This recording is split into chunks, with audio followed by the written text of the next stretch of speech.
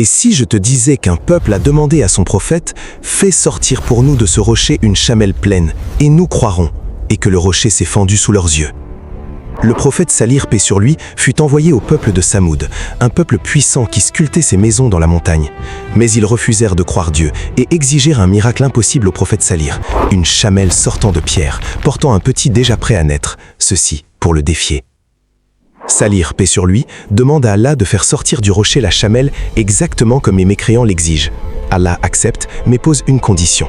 La chamelle boira toute l'eau une journée sur deux. Un jour pour elle, le jour suivant pour les gens de Samoud. Les Samoud acceptent, puis ajoutent une clause. Le jour où la chamelle boit l'eau, elle devra leur donner son lait en abondance. L'accord est conclu. Alors Allah fit fissurer la roche, et une chamelle immense en sortit, vivante, pleine. Elle mit bas devant eux. Un signe clair, un miracle indiscutable.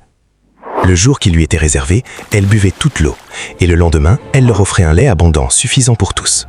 Mais avec le temps, leurs cœurs s'endurcirent, l'orgueil les aveugla. Fatigués de ce prodige, ils décidèrent de tuer la chamelle.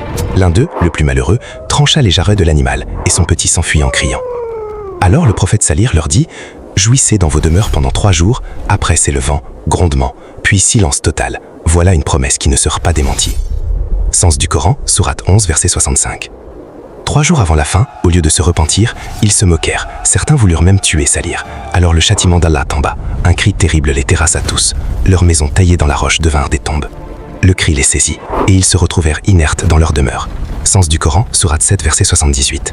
En un instant, tout s'est arrêté, comme s'ils n'avaient jamais existé, comme s'ils n'y avaient jamais vécu. Qu'Allah nous préserve de l'orgueil. Écris Amin en commentaire, et partage cette vidéo avant d'oublier.